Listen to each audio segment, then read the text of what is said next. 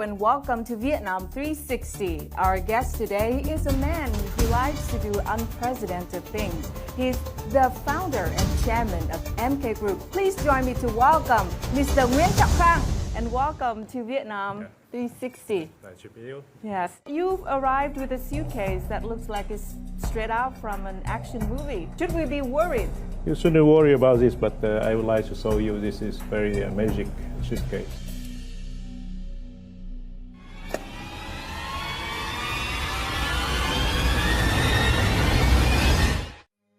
I would like to introduce this is very important in many industries. The thermal infrared sensor that you can use for the thermal camera and also use for many other applications, especially for defense and also for medical and for fire protection. What makes it so different from other available products in the market? We know how to make it in very affordable way. We own the IP, we own the technology so that we can produce in a critical volume. It's a wafer. Yes. And each small thing is a sensor, a chip. Right. Yeah, this is designed by our team. And so basically in the industry, we call it fabless design. First of all, congratulations on these products. Yeah. And I'm sure we would have a lot to talk about it. Sure. So please take a seat so we can begin our discussion. Thank you very much. Yeah. Nguyễn Trọng Khang, known as the Vietnamese King of Cards, is a pioneer who transformed Vietnam's digital identity and defense technology landscape. Starting from a small company 26 years ago, Khang built MK into a leading tech group mastering once imported technologies. Chip operating systems, biometric authentication algorithms helps Vietnam save tens of thousands of billions of Vietnam dong each year. Expanding globally, MK established factories in Brazil and Ethiopia, and now manufactures passport machines that cost only 1/10 of the global price, with an initial 8 million passport order from Indonesia. Why should we try to do all of this technology by ourselves? Well, to develop the economy of Vietnam, we have to live up to the level that we can master the technology in order to create the value. And, that's why I started the company right away in 1999 when I returned from the US. Very early. Yeah, very early, and then I started with bring the technology from US back to Vietnam. And I created a company that do the smart card, and we started many years ago with the chip, the semiconductor. We basically build the operating system for the ID card. This is a small microprocessor here. Yes. And then they have a CPU, they have ROM, EEPROM, and they have everything. And then they have the operating system. Everybody must start somewhere, right? I started in 2013 when I first sent the proposal to the government of Vietnam. At that time, the first ID card is just a plastic card. With a little barcode and things like that. 2021, the government tried to do the e-government. The first time we ever have the database of the citizen with the biometric information, very critical. And that is also one of the reasons we proved that we have to have our own technology because we don't have to rely on anybody. During the COVID, you see that there's no way that a foreign company or foreign expert can come to Vietnam. So we have to be able to do it ourselves. So it is very important that we are ready and we prepare for many years. You know, the 6 months that we get 50 million cards implemented for the government of Vietnam, prepare for 20 years. So I have to thank the Ministry of Public Security of Vietnam to give me an MK opportunity to be excel in this area. When you proposed that you could do it, did you have that confidence? I get the best people not only in Vietnam, but also international. We have a guideline for the security implementation. And then we can have the international standard with Vietnam content. The key thing is we can be able to manage at any situation, any problem that may be faced in the future. Do you think Resolution 68 helped strengthen this kind of relationship? We, as a business people and technology people, we are very excited with what the government have been implemented. The 68 allowing the private sector to go into every sector of the economy of Vietnam. So with the dynamic of the private sector, we can go in, bringing the technology, bringing resources, bringing a lot of international connection, and a lot of implementation will be quicker, faster, and cheaper. Yeah, I think the significance of Resolution 68 is for the first time it recognized the contribution. It states that the private segment should be one of the pillars among the four to help national growth, if not the most important pillar. The key is how to bring into the economy's efficiency and add more value and create job and create the value and whatever. So the private sector have been together with FDI doing very well and then contribute a lot to the economy of Vietnam. Have you seen Resolution 68 being translated into practical implications and reality? For critical project, private sector would like to go into very important project. We go into the ID project. Yes. You know, we one of the biggest funded IT project ever that given to the private sector. Mm-hmm. Was it a shock to the community at that time? We are in the right time and right position to do things. But very unprecedented. I would say that is a breakthrough in the policy. Yesterday we already implement about 107 million ID card in the market. 107 million. Everyone have this ID card, and you can use a mobile phone to read it. Mm-hmm. Personal data is well protected. And then you decide by yourself whether you grant the access to other people. Instead of having a reader, its cost, everything now is a mobile phone. It's a secure element that you store your template, biometric information and many information here, and then you control it. We have a dream that very soon we will launch the signature. So every Vietnamese citizen will have the ID, do own the transaction online and everything. Social benefit, and it avoid a lot of fraud. So this is the core competency that MK has. Do you think Vietnam is kind of early adopter? No, the latecomer. How can we compete with the big player? I don't want to do an OEM. I want to own my own technology. I was in a committee to build a specification with the State Bank of Vietnam. So Vietnam built a standardization specification for our own smart card. We qualify and we certify.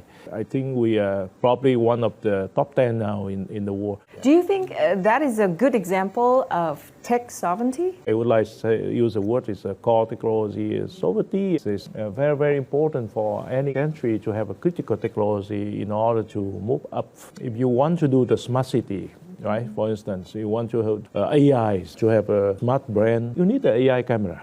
Mm-hmm. So I start with the market-oriented, and then I see that it's very important to have this kind of technology. And then this technology, you can go anywhere you want. Yeah. So we export to the US, for instance, is one example. Yeah.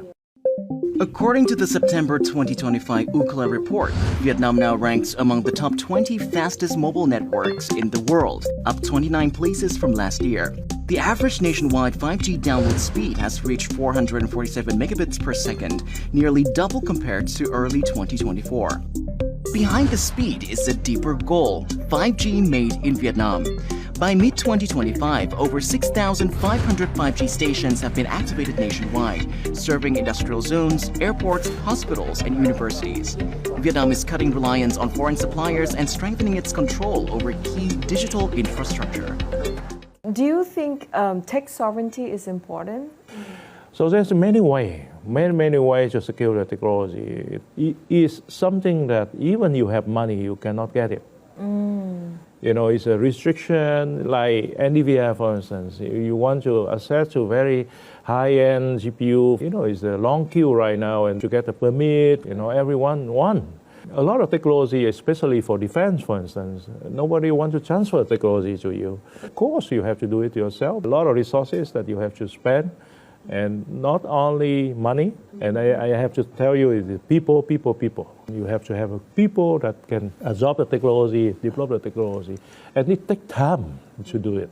So people are central to core technology. You know, when you talk about soccer, right, you can import some foreign players. It changed. Yeah. So we should try to recruit those outstanding scientists and architects that with 68 and 57, the government now empowers those organizations to hunt and empower those engineers and give them the opportunity to do something. I think we have to have something like Manhattan Project, you know, big project. I think if the government trusts us, you know, the private sector, public sector, you know, we can do it. Trust must be earned. How should we look at this?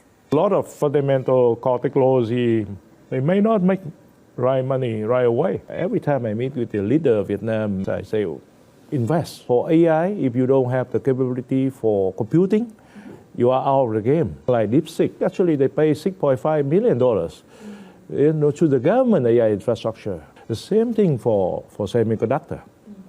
We know that the semiconductor at this moment, in order to make it profitable business, is almost impossible. It has to be as a cost center at the beginning, and then in order to have a profit center in the future. But start where? Invest where? Let's say Hanoi National Universities. They already have some of the work already on this. Very important force and resource here is the FDI. We have so many companies that is dealing with a lot of semiconductors. Now they come to Vietnam, they use our people, our resources, say, okay, if you come to Vietnam, you use the FAP that actually at the National University of Vietnam, for instance, we give you some incentive. And then by doing it, we learn about this, and then we have the technology over the years. Do you think Resolution 57 on innovation and technology kind of touched upon and covered those issues? The 57 already covered most of that. The central government should have the committee to push it and then give the opportunity for the best people to excel here. Yeah. We also have to take risks. If the government say, okay, you never do it before, I won't give it to you, it's a problem. So you have to take a risk, measure risks, what kind of risks and how we do it. I want to quote our party General Secretary Tolam. He said that those who seize the opportunities and overcome the challenges will succeed. Otherwise, the outcome will be the opposite, like a slow buffalo drinking muddy water. So if we don't jump into the game very quickly, we are our opportunity. But I think we have to have a big dream and do something big. And the government have to give us a big job to do the big thing in order to excel. What he's also saying is we have to jump to the latest technology. We cannot just use some of the technologies that other people already developed for many years. If the government spend maybe 3 data centers with the AI infrastructure, we can start to work. And I recently meet up with a lot of young people born in 1990, 2000. Some of them even make $100 million already. And then you have to think it's a global players, global market, global competition. There's no protection. We have no barrier entry. I was in Indonesia, I was in Thailand, I was in Philippines recently. I see this is a market for Vietnamese people, for companies. All of this technology we can bring in everywhere. We basically bring the ID card project for Laos. We can do it, right? Yeah, we can make a lot of money. It's quite an updated mindset because, entrepreneurs, I think 20 years ago, usually they have that thinking, oh, I have to secure my spot in the domestic market before I dream of getting beyond the border. You emphasized on starting big and think about the global, the world as your market. If you wait for 10 years to come and it's gone. Whatever you think about a product, you have to think it's a product that is can market in everywhere in international market. The role of the government is very important. In terms of international business, I think the government and then the embassy and the foreign affairs really promote our country to the world. So export your technology. Export the technology. Export people with technology. And export the service. It's so important for Vietnam to to be recognized as a technology hub, as a technology provider, as industry players, not just farming, you know. People know about Vietnam, about rice, about coffee, and many countries know Vietnam just about the war. Yes. So from the war into the technology, how can we do this? And I think the government play a very important role, and also I think the young people, you know, with a lot of energy, the resources that they have, you know, we should promote it very aggressively, regionally and internationally. Do you think it is now the golden opportunity window? We are in front of very, very good opportunity, and last 20 years changes, right? You see that we start to capitalize, we have resources, we have technology. We should move overseas, grow and very sustainable in long term. I think it's very important. If we are able to do some of the key technology, right? If you can export the defense product into other country, your position is very different. Our resources is not big investment in technology, even you say 3%, 5% of the GDP into the R&D or whatever. In terms of money and absolute value is not big, right? So you have to focus, and very strategically. You cannot just do everything, and then we find maybe 10 projects, which is the most important for Vietnam for the war, and then work on it. What are the 10 projects that Vietnam should focus on? We have to really do the smart city, and then using AI to monitor the traffic. We have to implement the computer vision everywhere, increase the automation, make it easy for people, you know, the PKI for everyone, you know, and then we have to push it into the market and let the people really use it. You know, maybe we have, the government to subsidize them, you know, at the beginning, and then make it transparent. We have to have our own DNA. Vietnam is moving steadily toward its goal of becoming a regional tech hub. While some startups still face challenges in funding, talent, and infrastructure, support policies are increasingly thriving to meet the sector's needs. In Hanoi, the National Innovation Center connects startups, investors, and research institutions, providing mentoring, funding, and advanced facilities. Ho Chi Minh City has launched innovation hubs like SIAM and is expanding high-tech zones and incubators to support tech enterprises. These efforts demonstrate Vietnam's firm commitment to building a dynamic and supportive ecosystem for technology and innovation. Tell me about the Vietnam product in the Vietnam way. What do you mean by that? It costs $500 million to make something in the West. How we can make it half the price? I think Vietnam, at MK, we are doing that. Okay, same quality, but yes, 50% cheaper. Exactly. This is how we do it. And then because they are cheaper, they can scale it in very big way. Yeah. So that is one of the reasons why they're running about 20 million cards a year. In the year that we implement the ID card, we can scale it up to 80 million. And at 1 year, we do 60 million SIM card. You know, 60 million SIM card in a year. Why we can do that? Because we know how to make the machine, how to scale it. And we own the technology in very low level into very high level. Would you go up to billion? Yeah, why not? And for me now is I bring this kind of technology to other countries. For me, it's not difficult. How to scale it? Production of the AI camera, I know how to do it. The next level that I need to do is AI chip. Of course, right now we are doing a lot of software in the AI chip already, embedded software. But to do it and to compete in the market is different things. It's about distribution.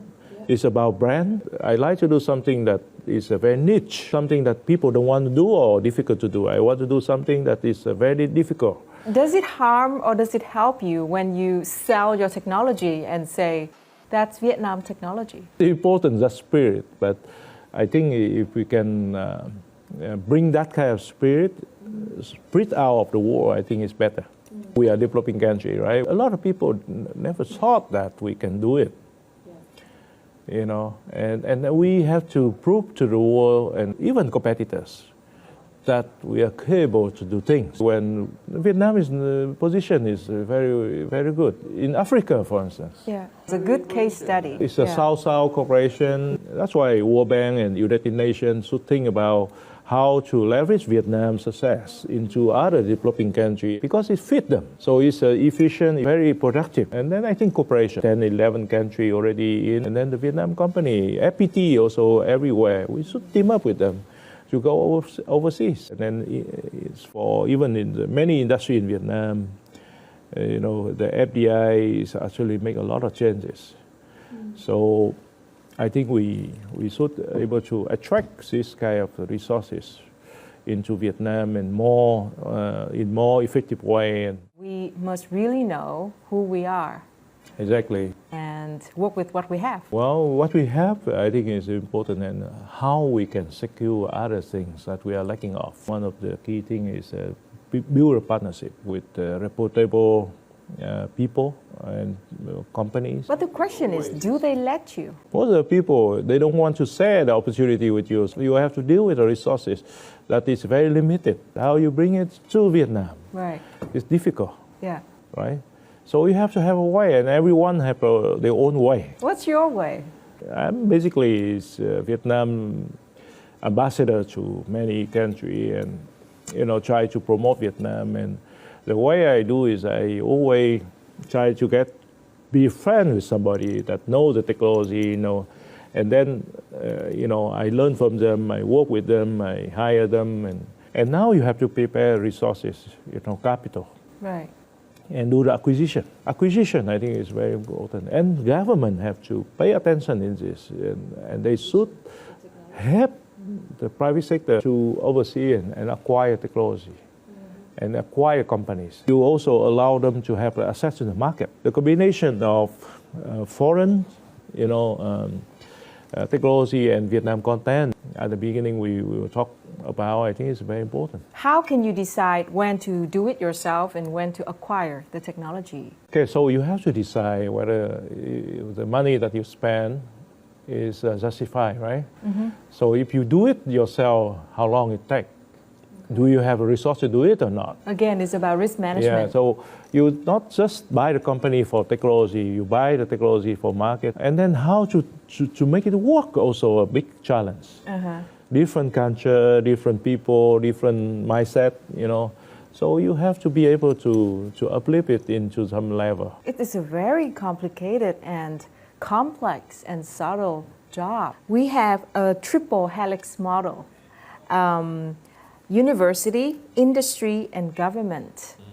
Prime Minister Phạm Minh Chính has emphasized the cooperation between these three still remains loose. And he also stated that by 2027, Vietnam must produce its own semiconductor chips. So what's your take on this ambition? I think the Prime Minister is quite ambitious. Yes. I think we have to take a step by step, in order to do it. It takes so many years. I think it's a level of investment that the government have to put in. Education, I think, is critical. That's why universities, right? And scientists, the industries, and the government. The industry is make it happen and commercialize it. So, and very important is, you make a chip with what kind of price? Do the price competitive and marketable in the market or not? And accepted by the customer or not? Yeah. It's the most important, right? Yeah. So I thank the Prime Minister for this very positive ideas and objective. By August, Resolution 71 of the Politburo reaffirmed that universities must become national centers of innovation, autonomous, globally connected, and tightly linking research with the development of strategic technologies to nurture high-quality talent for the digital era. Many institutions have embraced the triple helix model, fostering collaboration among government, industry, and academia.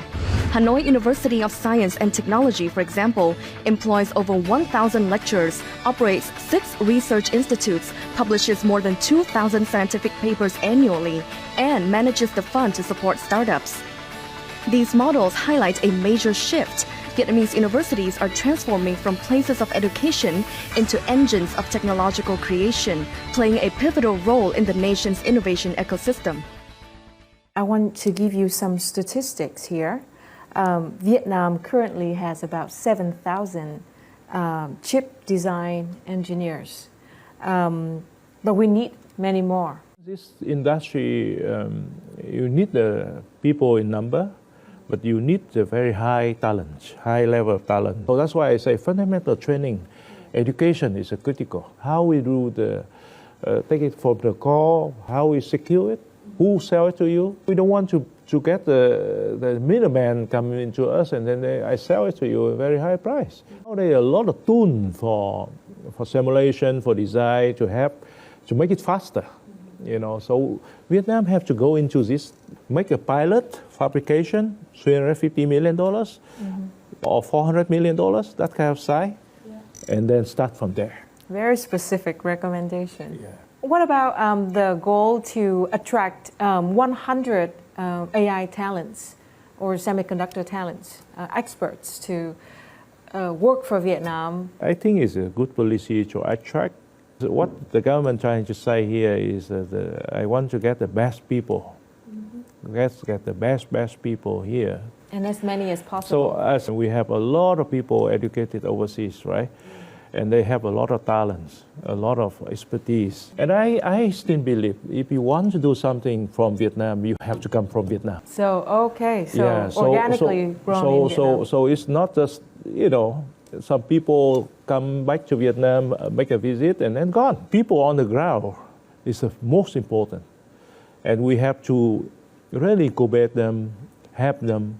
It has to be in the very realistic and produce a result. Not easy to solve in very short time, but I see that the government very determined to do things. So that is very good sign. What would you want to see in the next 5 or 10 years? I think it's very important for the government and to understand that every move that we do, you have to be very, very strategic. The government should work with the other government to help the people like us to set the technology. Yeah? Give us the fast track. Yeah, let's do it. Yeah. So it's accessibility to the technology, I think is critical. If you want to have a semiconductors industry, we have to have equipment. So I think the objective, is the target, the objective that the government set is a very, very nice target. And I think it's inspiring, and I have 100% support. So we are coming to the end of thank you very much for your time today. Vietnam have a lot of opportunity. And I call all those people who have the knowledge, bring into Vietnam and then work together with the Vietnamese entrepreneur and technology people here, together with the government and to the sector here, on the industry here, we can make a big thing. And once again, thank you very much for your insights sharing with us today.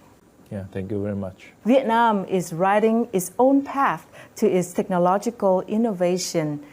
I hope you get the message. And together with a good execution plan and determination, we can do it. Thank you very much for watching and see you again next time.